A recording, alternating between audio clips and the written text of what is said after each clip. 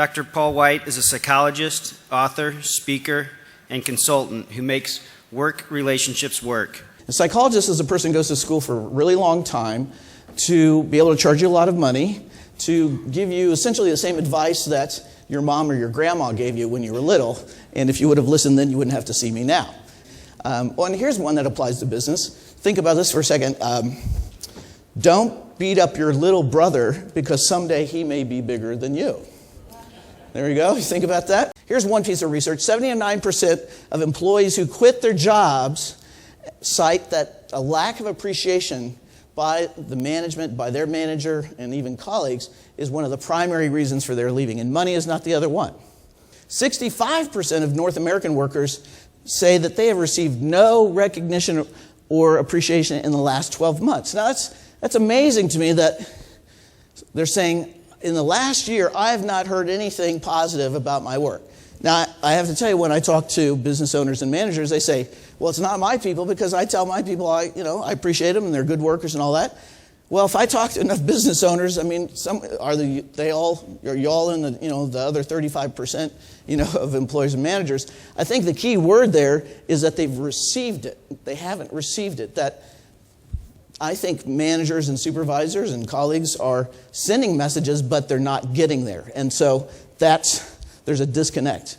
The challenge is that employee recognition programs and other things that we've tried haven't worked. And I understand that. It's not that you all and your teams and management haven't tried, but we got to call it like it is, sort of like Jim Collins says of, facing the brutal facts of reality.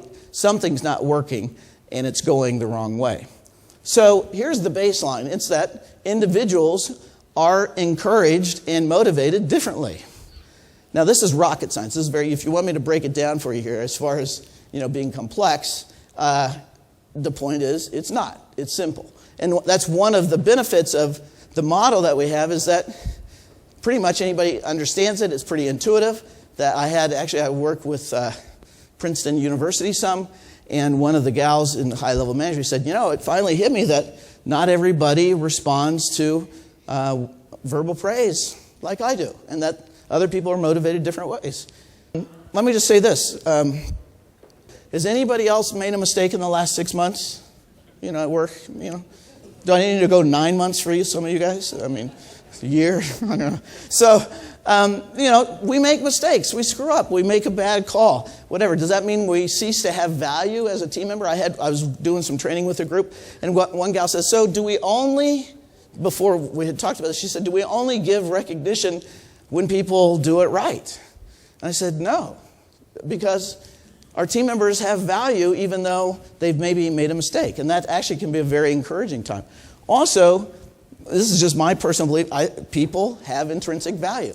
And that even if they're not in the right spot, they still are valuable as a person. And I can show appreciation for who they are as a person, even though they're maybe not in the right position at work.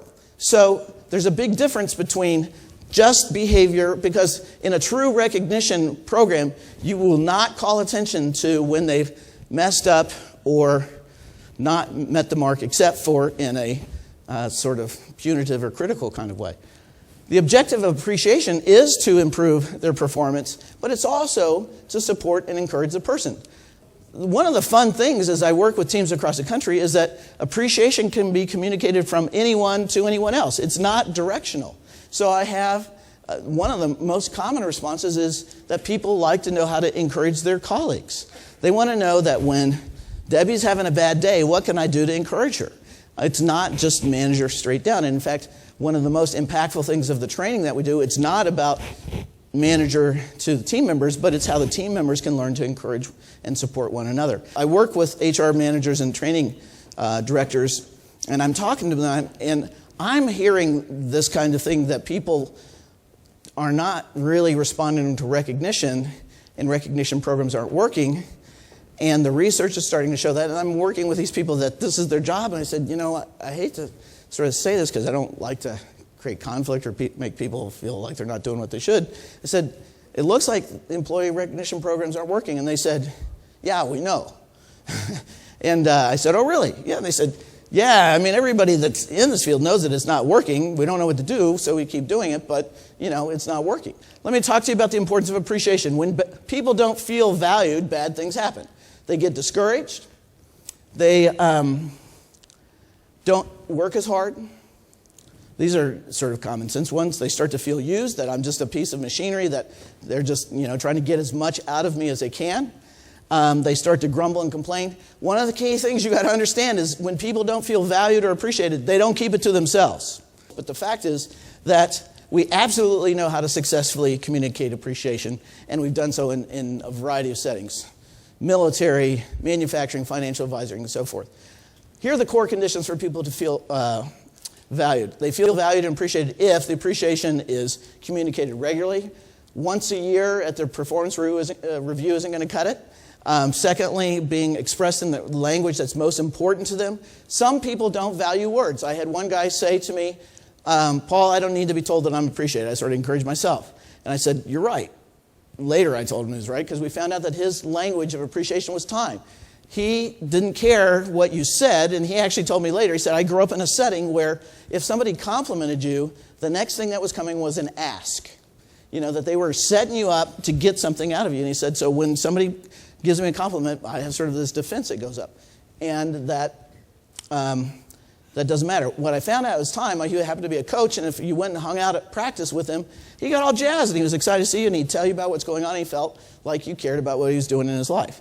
We have to do it individualized and personally. Group-based kind of stuff is an okay starting point, but if you want your people to feel value, you've got to know them and communicate it in a way that's meaningful to them for what they have brought to this situation.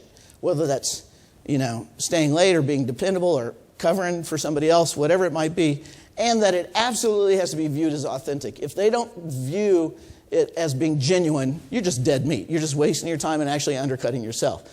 Acts of service is small things that you can do to help their life and job be easier or better. It's not rescuing them because they're not reporting, but it's little things. And I'll just tell you, the number one request in office settings is help my computer work right. Okay? Now, when I spoke at Microsoft, they're like, how could that be? We're here for them.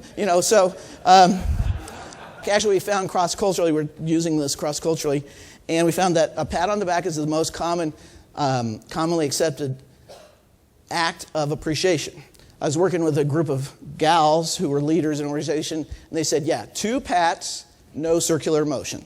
So, when people feel like what they do matters and other people notice, they like to come to work more. They also come on time. One of the key things that we know is we can reduce tardiness and we can reduce absenteeism. Absenteeism can be up to 30% of payroll costs for organizations today. 5% of the workforce don't show up in the United States every day unannounced. We can decrease staff turnover. You guys know how difficult it is to find and train new people. We can keep people in the doors and part of the team successfully. We can diminish tension and conflict and improve customer satisfaction, especially even with vendors.